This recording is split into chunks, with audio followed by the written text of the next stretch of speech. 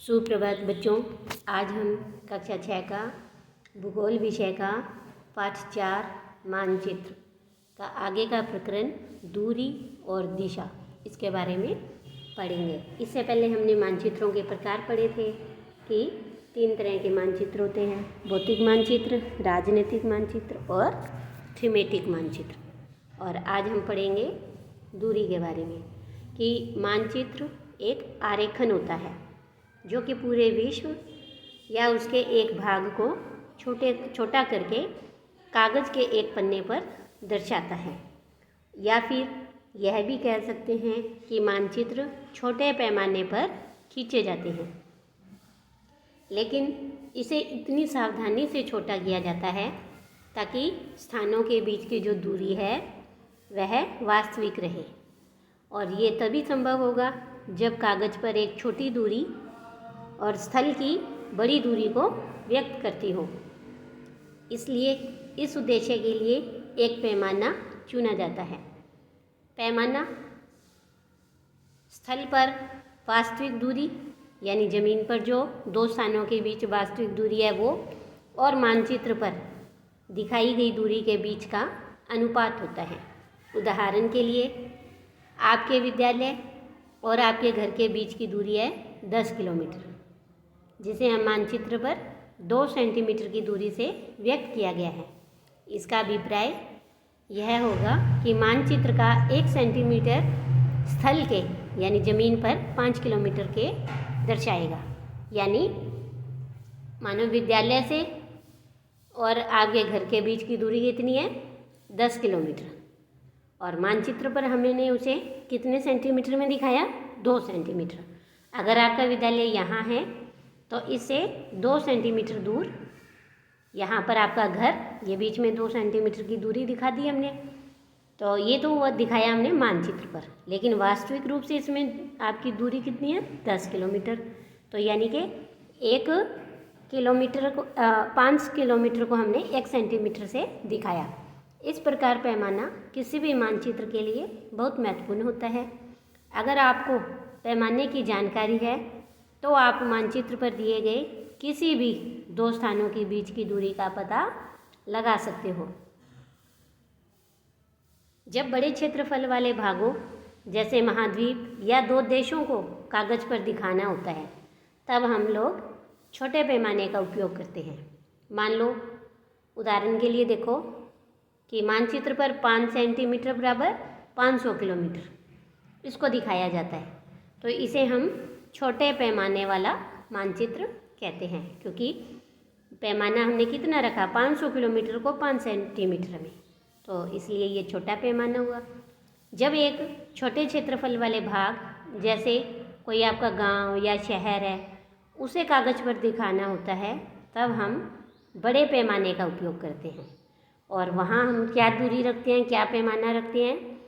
तो अगर स्थल पर 500 मीटर की दूरी है तो उस 500 मीटर की दूरी को हमने मानचित्र पर 5 सेंटीमीटर से दिखाया है ना। इसीलिए इसे इस प्रकार के मानचित्र को बड़े पैमाने वाला मानचित्र कहा जाता है। देखो उसमें तो 500 किलोमीटर और इसमें 500 मीटर, दोनों को ही हमने 5-5 सेंटीमीटर से दिखाया। जब हम कई देशों को या किसी महाद्वीप को दिखाना होता है मानचित्र पर तो वो ज़्यादा जगह लेता है ना, इसीलिए उसे 500 किलोमीटर को 5 सेंटीमीटर में और यहाँ पर 500 मीटर को 5 सेंटीमीटर से दिखाया। तो बड़े पैमाने वाले मानचित्र छोटे पैमाने वाले मानचित्र की अपेक्षा अधिक जानकारी प्रदान करते हैं। इसके बाद देखो यहाँ पर एक प्रयोग दिखाया गया है कि चित्र 4.1 को देखिए, वहाँ एक पैमाना बना हुआ है और इसका उपयोग स्थानों के बीच की दूरी मापने में किया जाता है। उदाहरण के लिए एक कुआं और वृक्ष के बीच की दूरी 5 सेंटीमीटर है। अब इधर देखो चित्र में कि ये कुआं और ये एक वृक्ष, इनके बीच की दूरी कितनी दिखाई है? मानचित्र में 5 सेंटीमीटर। और इसकी वास्तविक दूरी कितनी है? इसकी वास्तविक दूरी है 50 मीटर। अब एक पोस्ट ऑफिस ए यानी कि ए नंबर पर पोस्ट ऑफिस और करीम के घर के बीच की दूरी 12 सेंटीमीटर है। तो ये देखो, ये पोस्ट ऑफिस और ये करीम का घर है ना। इनके बीच की दूरी कितनी है? 12 सेंटीमीटर। मानचित्र पर 12 सेंटीमीटर है। तो अब हम एक पक्षी की तरह सीधे यहाँ से यहाँ तो ऐसे उड़कर आ नहीं सकते, तो इसके लिए हमें क्या करना पड़ेगा? तो इसके लिए हम क्या करेंगे कि सड़क पर चलेंगे। और सड़क पर कैसे चलेंगे? पैदल चलने के लिए हमें सबसे पहले हम करीम के घर से ई से सी पर जाएंगे, फिर सी से एम पर जाएंगे, और फिर एम से बी पर, और फिर बी से ए पर पोस्ट ऑफिस जाएंगे। और इन सारी दूरियों को अगर हम जोड़ेंगे तो हमारी जो ये बीच की दूरी है वो मानचित्र पर 12 सेंटीमीटर हो जाएगी। और मानचित्र में 12 सेंटीमीटर का मतलब वास्तविक दूरी कितनी हुई? क्योंकि हमने 1 सेंटीमीटर बराबर कितना देखा था? 10 मीटर। तो 12 सेंटीमीटर बराबर 120 सेंटीमीटर। ये देखो यहाँ मानचित्र में आपको दिखाई भी देगा, ये नीचे लिखा हुआ है 1 सेंटीमीटर बराबर 10 मीटर। तो इस तरह से हमें मानचित्र को देखना, समझना और पढ़ना आना चाहिए। अब इसके बाद है दिशा। अधिकतर मानचित्रों में ऊपर की तरफ दाहिनी तरफ पर एक तीर का निशान बना होता है जिसके ऊपर ऊ लिखा होता है। तो सबसे पहले हम यही देख लेते हैं कि पुराने वाले मानचित्र में कि यहाँ पर आपको इसमें नहीं दिखाई दे रहा, लेकिन यहाँ पर आपको ये दिखेगा कि ऊपर ये यहाँ पर दिया होता है ऐसे, या दाहिनी तरफ यहाँ ऐसे निशान बना होता है इधर। तो उसे हम, इसके ऊपर ऊ लिखा होता है और यह तीर का निशान उत्तर दिशा को दर्शाता है, और इसी रेखा को उत्तर रेखा भी कहा जाता है। जब आप उत्तर के बारे में जानते हैं तब आप दूसरी दिशाओं जैसे पूर्व, पश्चिम और दक्षिण के बारे में भी पता लगा सकते हैं, क्योंकि हमें पता है कि 4 मुख्य दिशाएं होती हैं, उत्तर, दक्षिण, पूर्व और पश्चिम, और वे प्रधान दिग्बिंदु कहे जाते हैं। तो देखो मैं आपको एक चित्र दिखाती हूँ, इसी चित्र में आपको पता लगेगा। ये रहा, ये यहाँ उत्तर, दक्षिण, पूर्व और ये पश्चिम। तो ये क्या हैं? चारों प्रधान दिग्बिंदु। इन्हें हम प्रधान दिग्बिंदु कहते हैं। उत्तर और पूर्व, दक्षिण पूर्व, दक्षिण पश्चिम और उत्तर पश्चिम, ये इनके बीच की 4 दिशाएं होती हैं। प्रधान दिग्बिंदु के बीच की 4 दिशाएं होती हैं, और इन बीच वाली दिशाओं की मदद से किसी भी स्थान की सही स्थिति का पता लगाया जा सकता है। तो देखो ऐसे कि अगर ये उत्तर और ये पूर्व है तो इनके बीच की दिशाएं उत्तर और पूर्व, ये फिर पूर्व और ये दक्षिण, तो इसके बीच की दिशाएं दक्षिण और पूर्व, फिर ये दक्षिण और ये पश्चिम, तो इसके दिशाएं यहाँ से दक्षिण और ये पश्चिम, तो ये दिशा हुई दक्षिण पश्चिम दिशा। ऐसे ही इधर ये पश्चिम और ये उत्तर, तो इसके बीच की दिशाएं उत्तर पश्चिम।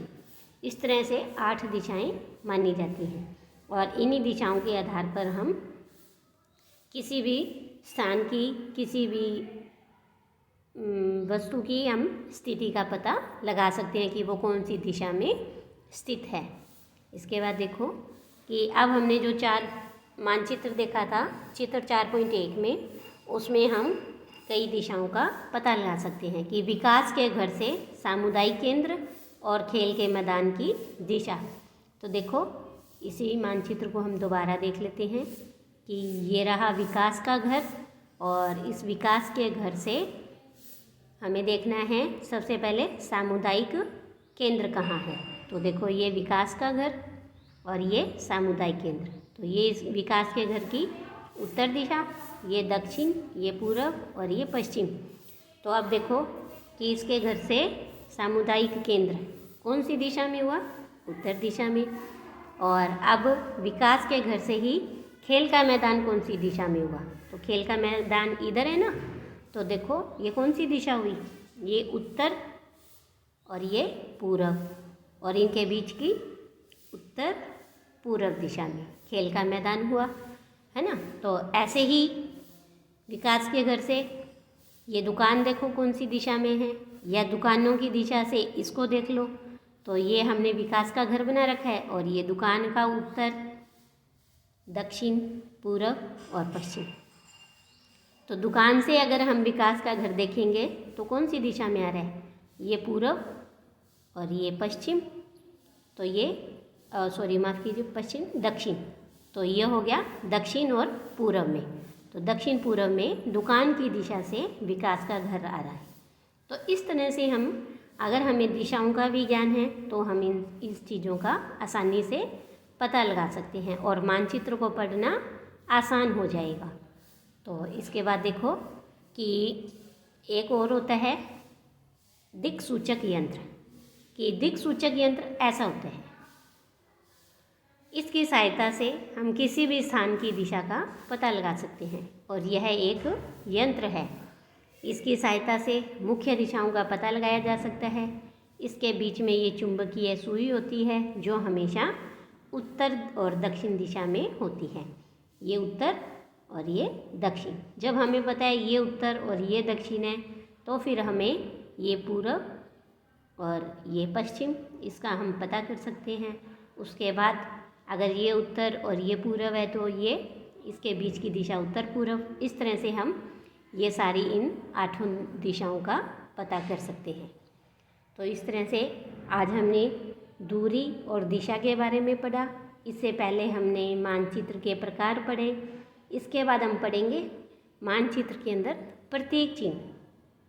तो वो हम बाद में पढ़ेंगे। आज के लिए इतना ही। धन्यवाद।